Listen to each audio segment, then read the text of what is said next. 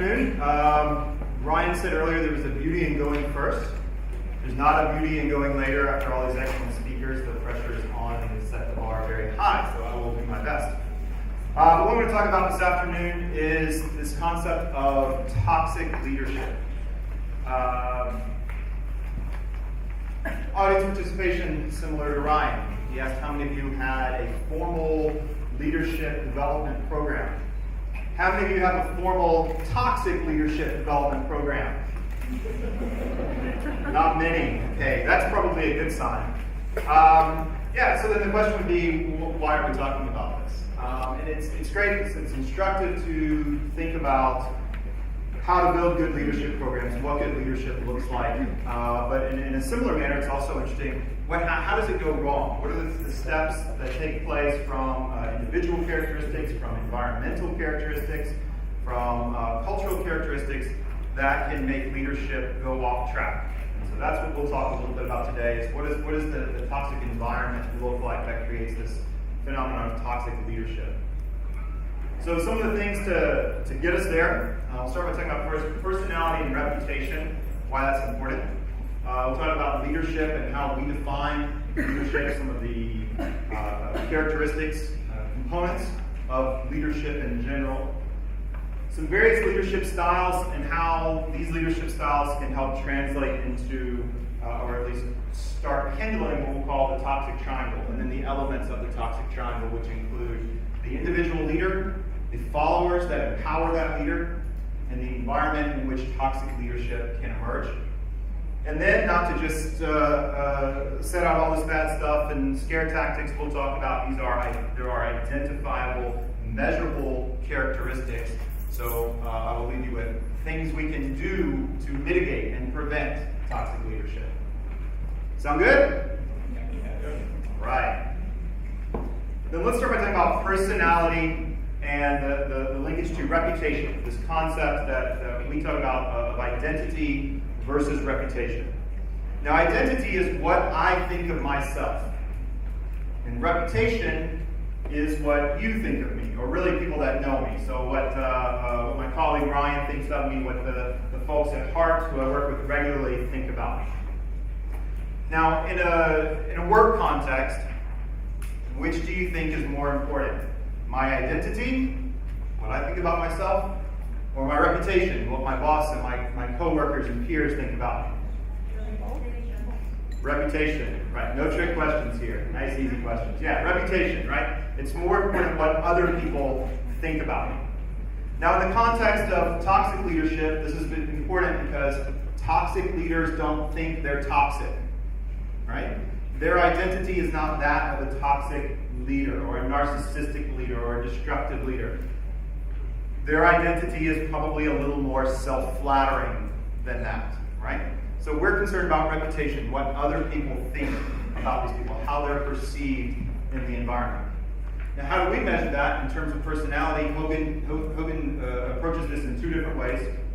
We'll call the bright side of personality the way people behave when they're at their best. What are the positive characteristics that people bring to a leadership environment? Positive characteristics of a leader. And the dark side. What are the bad things that they bring? That extra baggage, their derailers, if you will. All right, so that's how we look at reputation. The good things that you bring and the bad things that you can bring. All right, so with that, let's define leadership. We're going to use a very simple definition for leadership for our purposes. Leadership is simply influencing the actions of others towards a common goal. So mobilizing a group of people around a common goal, setting them off in a common direction. A very simple definition of leadership. Now within that, there are a couple components that are important. First, leaders have to set a vision. If we're going to mobilize people towards a common goal, we have to lay that goal out. We have to set the direction of the team of people. All right, so a leader has to communicate some vision. A leader ultimately convinces followers to forego their own self-interest. Right? This common goal is not necessarily going to be maximizing each individual follower's self-interest. So part of the leader's role is convincing the followers to move this direction, even when it may involve some self-sacrifice. Leadership, obviously very important for our talk, is not necessarily always positive. We have a bias to think about leadership as a positive term. I say, well, he demonstrates leadership. You sort of automatically think that I'm saying a good thing, right? But leadership, strictly here in the context of influencing others, can be positive or negative, right? It can influence people for good or for bad. The way we measure leadership is through effectiveness. And Ryan mentioned this earlier. Does the team, the effectiveness of the team, do they outperform other similar teams? And lastly, and this is really important, this is foreshadowing, this is really important, followership. Followers ultimately choose to follow a leader. A leader can't take power. Followers choose to follow a leader. Now, you may be coercive, you may not have a very appealing choice, but ultimately it's a choice to go along. And so we'll talk about why people go along with these toxic leaders. All right, so that's going to be our working model of leadership. We'll go in here, we're going to talk briefly about some styles because self-interest is sort of a key component for toxic leadership. We're going to look at a couple different leadership styles and then translate this into toxic leadership. So first, we can think about this along two dimensions: the degree to which a leader shows concern for themselves and concern for other people. And these are not opposite ends of the spectrum, they're two separate axes. Right? The style of leadership has implications for the way in which leaders exert influence over followers, the way in which they make decisions, and the type of feedback and reinforcement that they provide to followers. So if we use this really simple taxonomy, we start with a leader that demonstrates high concern for others and little concern for self. We have what we might call a very accommodating leadership style. Right? So they can be characterized as overly permissive, letting people sort of get away with things, getting run over. They influence by currying favor with followers, which makes it very hard for them to have difficult conversations because they depend on being liked in order to exert influence. And they avoid making difficult decisions, right? They're typically engaging in some people-pleasing types of behavior. So an accommodating leadership style, likable, but maybe not ultimately effective.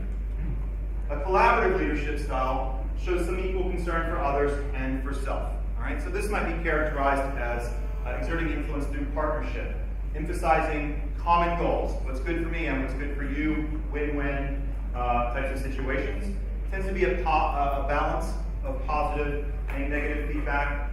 As I said, decision-making that is sort of a win-win type of approach. So typically kind of a healthy leadership style.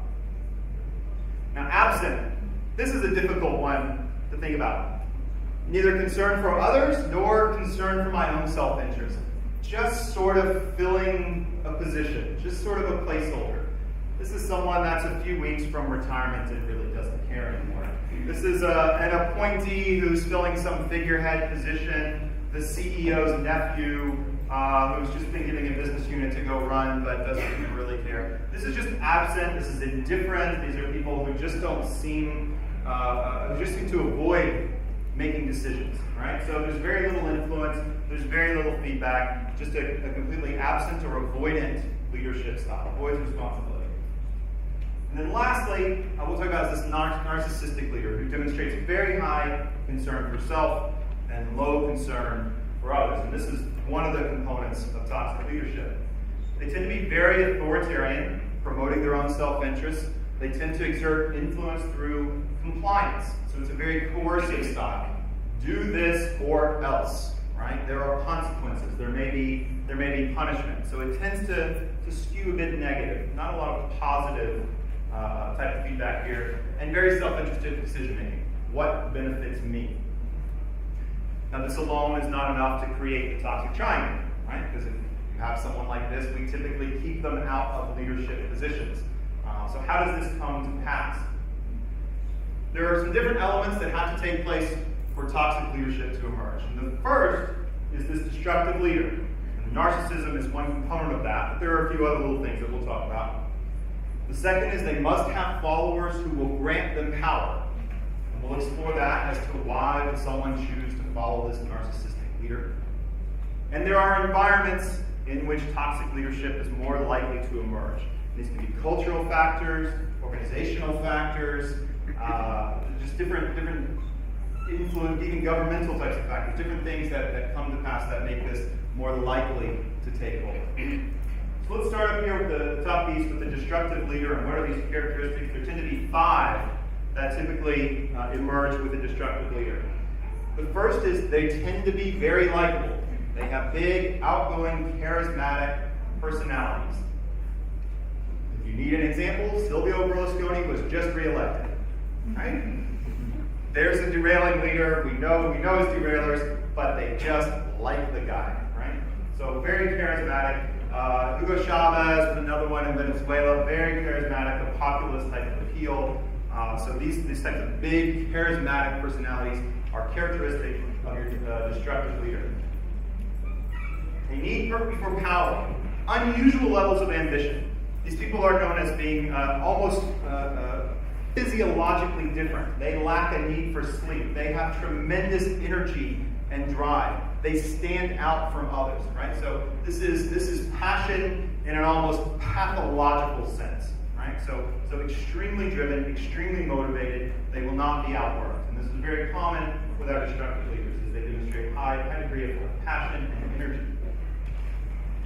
Narcissism, right, which we talked about as sort of that first component, which is the self-interest, but also a tremendous amount of self-esteem. They believe in their own capabilities. This concept of ego that we talked about here in the morning really comes into play. And as a consequence of their own self-confidence, they don't really seek out input from other people. Why do I need your input? I know the answer, right? So this is a common component here. A negative life theme. Now I realize we're getting a little off here, but the idea of the negative life theme is that they weave some sort of narrative or story of overcoming hardship. I came from nothing and look at what I've done now, right? This story of suffering and triumph, this story of overcoming long odds, of revolutionary change, right? Of this sort of exceptional story. Now, sometimes true, sometimes not, maybe a little bit embellished, but this is common that they weave this story of personal triumph. And lastly, ideology of hate. This is a very strong term, but it's the idea that in order to gain influence, we get back to that idea of why would you follow this person? It's because I create the perception of a common enemy. Right? So there's part of the charisma and like me, but there's also hate that guy.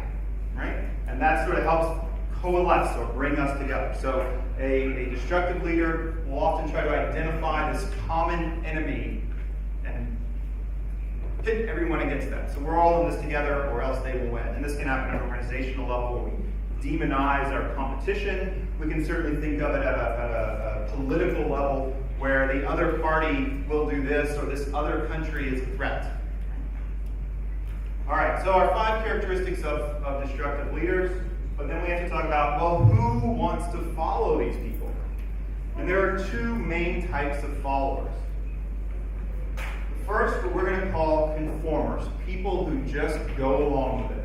Right? And there may be different reasons that people just go along with it. They don't want to stand up to this leader for whatever reason. Some of the things that are typical of the conformers that permit this to happen.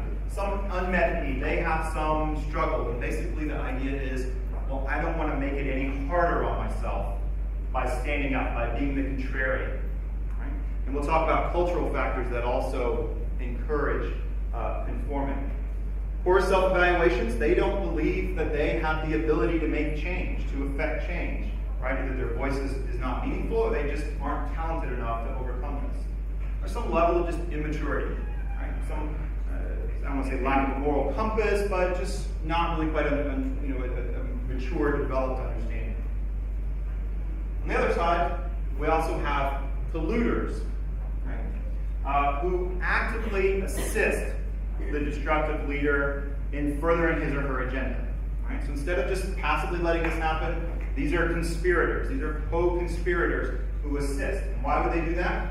Hey, their own personal ambitions. These are things I see a path to my own personal success, to benefiting myself by riding the coattails of this destructive leader.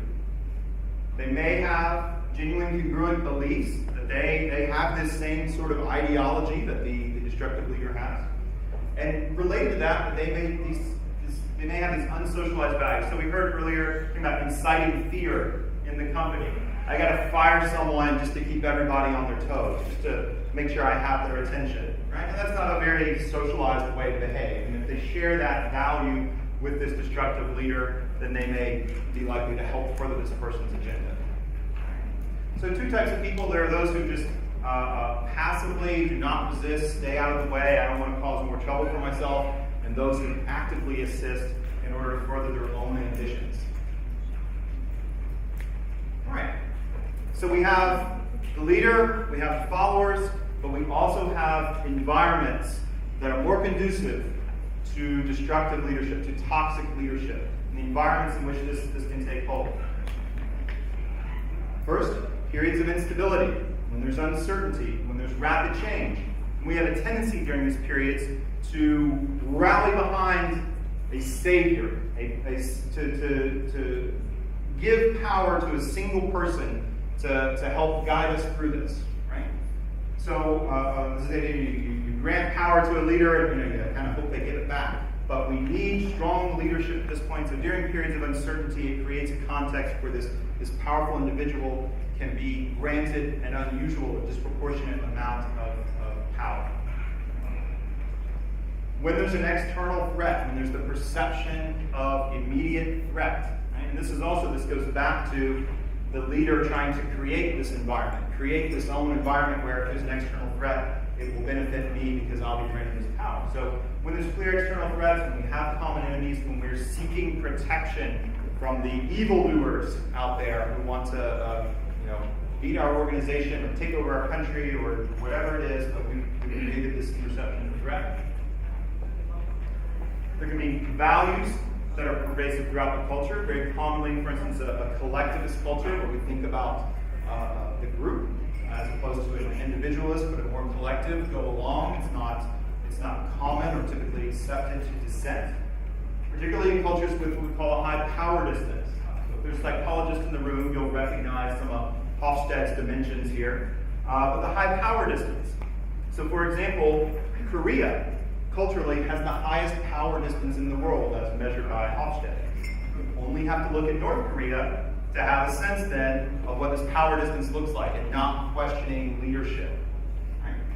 And so the need for stability and security when that's threatened, and we have this high power distance and it's a collective culture, and we don't want to rock the boat, dissent is not encouraged, then these cultural values permit toxic leadership to take hold. And then lastly, the absence of checks and balances. So we have things in place to, again, keep these people out, but sometimes these are compromised. This may be a weak government. It may be a new organization, these entrepreneurial organizations that grow really fast behind a very charismatic, powerful leader.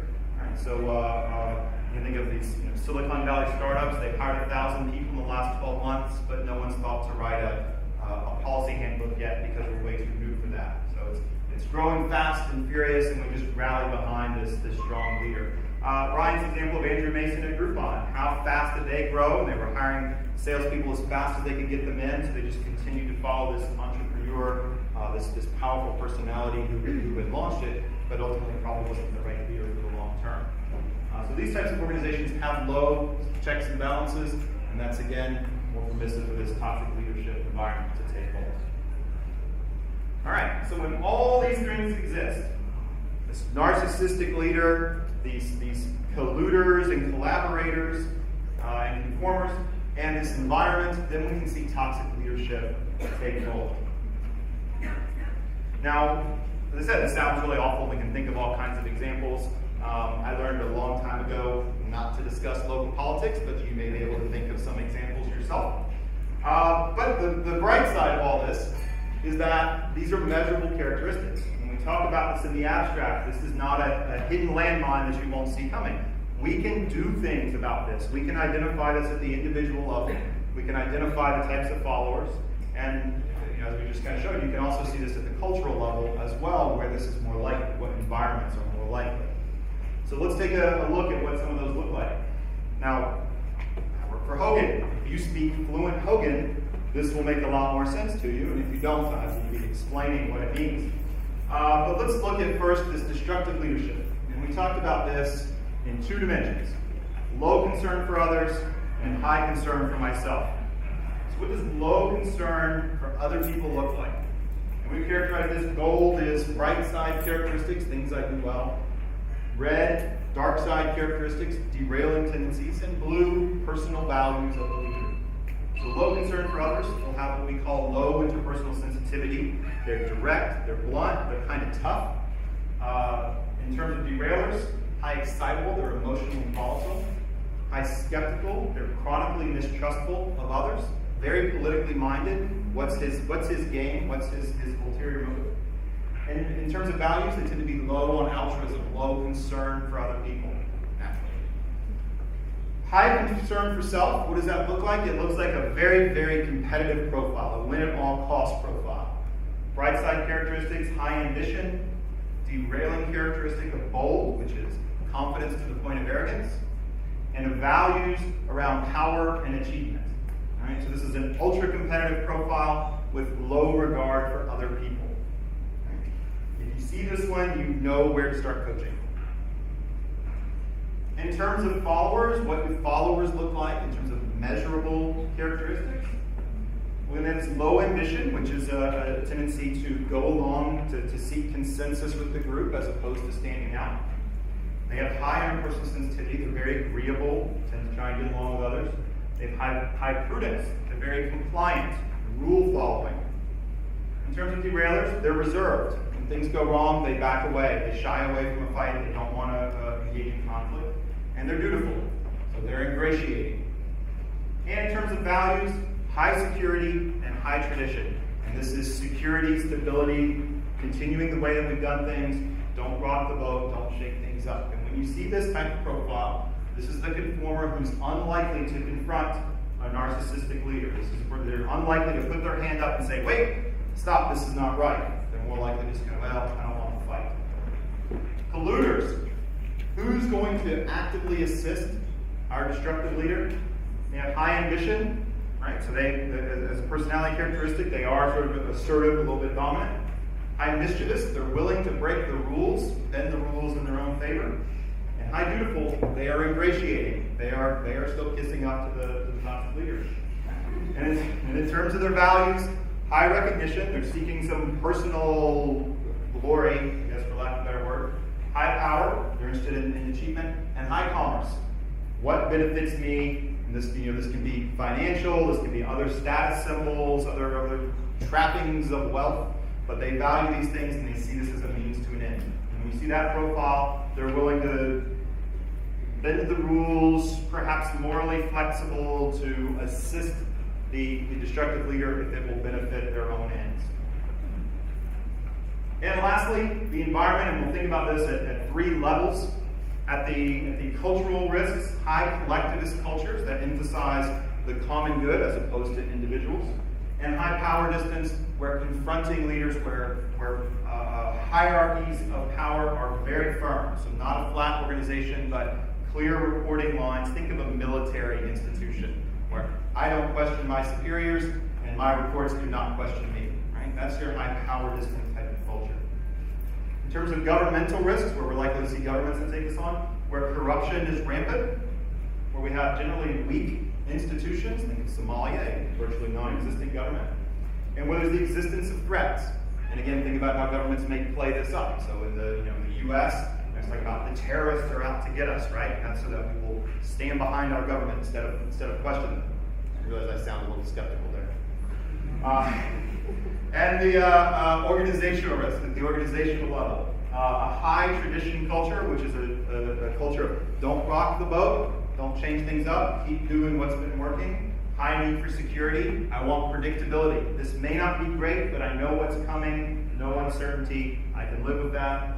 And periods of rapid change. This might be rapid growth in an entrepreneurial organization. It might be a discontinuous change in the competitive landscape that forces us to readjust.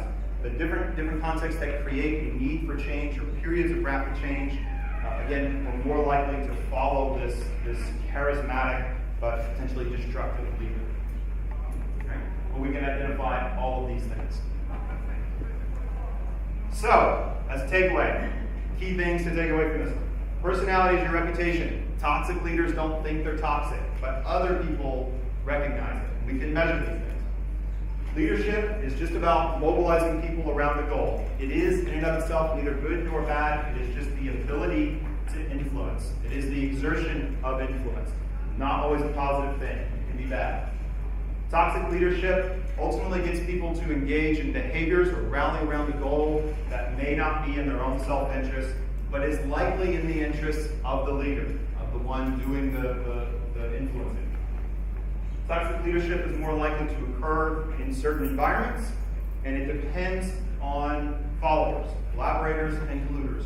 But that goes back to the idea again that leadership ultimately depends on followership and people choosing to follow for one reason or another, because I don't want the fight or because I see something in it for me, but ultimately they choose to follow.